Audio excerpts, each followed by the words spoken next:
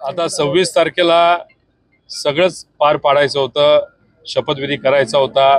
26 ची तारीख 29 ला गेली, मग 2 तारीख, मग 5 तारीख, 5 तारीख तर कुठं आता फायनल आहे, उद्या पुढेही जाऊ शकते। त्यामुळे 222 पेक्षा जास्त आमदार तुमचे निवडून आल्यानंतर सुद्धा तुम्हाला हे ठरवता येत नाही की मुख्यमंत्री कोण राहणार। याच्यावर एक गोष्ट सिद्ध होती की लाडक्या खुर्चीसाठी ह्या सगळ्या गोष्टी केलेल्या आहेत आणि ही गोष्ट योग्य नाही। इथं असणारे लोक वाट बघत आहेत की कधी सरकार स्थापन होईल आणि दिलेले आश्वासनं त्या ठिकाणी पूर्ण होतील।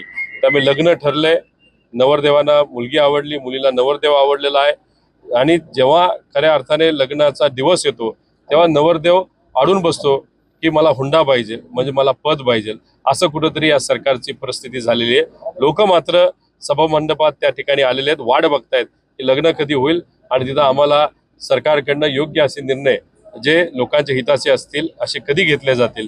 पण झालं असं आहे की इथं फक्त नेते भांडतायत आणि सामान्य लोकांनी अख्खा महाराष्ट्र मात्र तमाशा बघतोय, अशी आजची परिस्थिती आहे। आम्ही आमच्या पक्षाकडनं इलेक्शन कमिशनकडे मागणी करणार आहोत की सुप्रीम कोर्टाने इलेक्शन कमिशनला असं सांगितलं होतं की मॉक पोल करायचा नाही, की जे कुठले मतदान झालं होतं त्यातलंच एक ईव्हीएम घ्यायचं आणि त्याचं रिटेस्टिंग करायचं। रिटेस्टिंगपेक्षा आपले व्हीव्हीपॅट तिथं मोजायचे, हे सुप्रीम कोर्टाने सांगितलं होतं। पण तिथं इलेक्शन कमिशननी वेगळंच काहीतरी तिथं केलेलं आहे। त्यामुळे सुप्रीम कोर्टाचा अवमान करून चालणार नाही।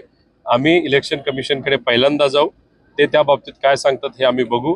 आणि जर इलेक्शन कमिशननी त्या बाबतीत जर काही नकारात्मक भूमिका घेतली तर आम्ही सुप्रीम कोर्टाकडनं सुप्रीम कोर्टाने दिलेल्या निर्णयावर इलेक्शन कमिशनला वागायला लावू, एवढंच या ठिकाणी।